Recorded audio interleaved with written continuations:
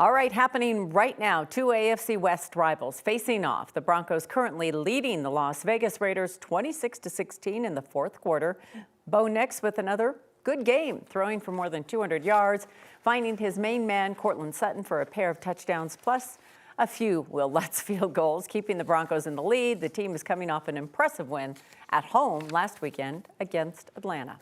Good evening. Thanks for joining us. I'm Kim Christensen. I'm Tom Green. Just a couple minutes to go in that game. The Raiders are trying to get it back to a one-score game as we speak. Of course, it's 26-16. Broncos up by 10 at this point. The Broncos needing to run some wins on this part of their schedule. They want to get their first win ever in Las Vegas over the Raiders. So we'll have all the highlights for you coming up in a couple minutes, as well as the head coach Sean Payton's comments. We'll hear from the players as well as we get live to Las Vegas coming up a little bit later in the show. As far as right here in Colorado, taking a live look now over Loveland Ski Mountain, where you can't see all that well. It's dark, and the first of two storm systems are moving in. Of course, this is just in time for a busy Thanksgiving travel weekend. 9 News Weather Impact Chief Meteorologist Kathy Sabin joining us now. And we're, of course, wondering about snow. It's been really mild, even until this afternoon when we could feel it coming in. It was so windy, wasn't it? And just dusty and nasty. It was in the mid-60s. Yeah, we are looking at some overnight snow showers in Denver tonight. I think they'll be done by the evening drive, but those of you that have to be up and out early, this first wave may be impactful for you. And so we're going to give you the hour by hour coming up here in just a minute. Right now, it's dry and cloudy. The front has come through, so the wind has come down a bit. Still seeing some snow flying in the high country, and we're looking at heavy snow. Could be measuring it in feet come Thanksgiving Thursday. So there are winter weather and travel advisories posted for the mountains. This system has brought cooler weather. We were in the mid-60s. We're now 40 in Denver, but also some extremely gusty winds. The winds are not as gusty as they were earlier, but still pretty good. Out of the northeast, we're seeing 15 to 20 mile per hour gusts. This all part of a weather system that's coming into northern Colorado, and the snow machine's just going to be on for the next 72 hours. All the heavy snow is over elevated terrain, but we may see a brief rain or snow shower Boulder, Greeley, and Sterling in the next hour. Accumulation in the mountains will actually be quite heavy by Tuesday and Wednesday. 12 to 24 inches of snow expected. That will impact travel for those of you headed into the mountains starting tomorrow night, right into Wednesday, and maybe even into Thursday morning. So the winter weather advisory and the winter storm watch cover the entire higher terrain area. Steamboat Aspen down to Crested Butte. In Denver, overnight snow showers, less than a half inch of accumulation expected. Not overly cold with temperatures in the lower 30s, but the timing of the overnight snow and what that means for your morning drive, I'll have that coming up. And thinking of the weather, Cottonwood Pass in Eagle County is set to close for the winter. It's going to close on Tuesday from Gypsum to the Roaring Fork Valley. County officials say they expect to open the road back up in April of next year, whenever the conditions do allow them to do so. Today, we're learning more about one of the victims who died in a plane crash near Storm Mountain yesterday. The Civil Air Patrol says the crash happened during a search and rescue training exercise. 2 people were killed. 1 was severely injured. Video from Sky 9 shows the extensive damage the plane sustained, with some debris even caught high up on the trees as it crashed.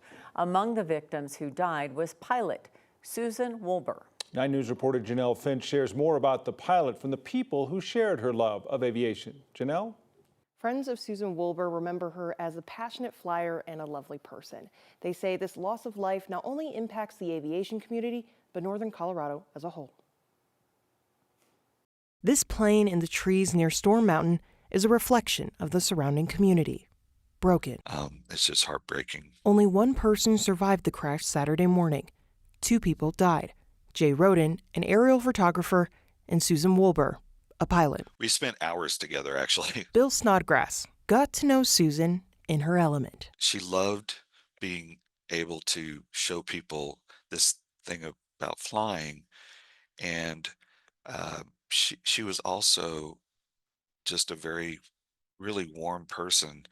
The thing that I loved so much about her was every time she saw me, she gave me a hug. She loved to give hugs. Bill says Susan was always in the skies. She was a member of several groups for pilots, including the Fort Collins Loveland Pilots Association and, of course, Civil Air Patrol. Her passion was definitely aviation, and her passion in aviation was really about encouraging young girls and women to fly. Bill says Saturday he was in communication with the jet center where the plane took off. We didn't know who was in the airplane when the crash occurred, so we weren't sure. But we knew that Sue was in there was 2 Civil Air Patrol airplanes flying that day. And so we knew that Sue could possibly be in that. When I heard the news about the accident, I was really concerned. I texted Sue and said, I hope you're okay. A text he would later learn she would never answer. It's very real for me. It's been real for me from the moment I heard the very first news. Bill says Susan was a careful flyer. He hopes the flight report brings closure to those who knew and loved her. Yeah, I don't know. I'm going to miss her. We'll all miss her, regardless of whether it's aviation or not. Bill says he plans to look into a physical memorial for Susan and may organize a flyover to honor her life and time in the cockpit. Janelle Finch, 9 News. Very tight-knit community, that flying community, and where she was from. And it's nice to hear she did so much for young women. Yeah, she was really, really involved. So her death definitely touches a lot of people. Thanks, Janelle. A man is behind bars in connection to a deadly shooting in Denver today. It happened in the area of South Federal Boulevard and West Iowa Avenue. That's near Empower Field. Denver police say the shooting started from an argument between the victim and suspected shooter. The victim was taken to the hospital where he died. The suspect was arrested on a first-degree murder charge. Denver police are searching for a suspect after a shooting on East 25th Avenue in North Washington. They say one victim was taken to the hospital. We don't know the extent of their injuries or when it happened. We've reached out to police for more information.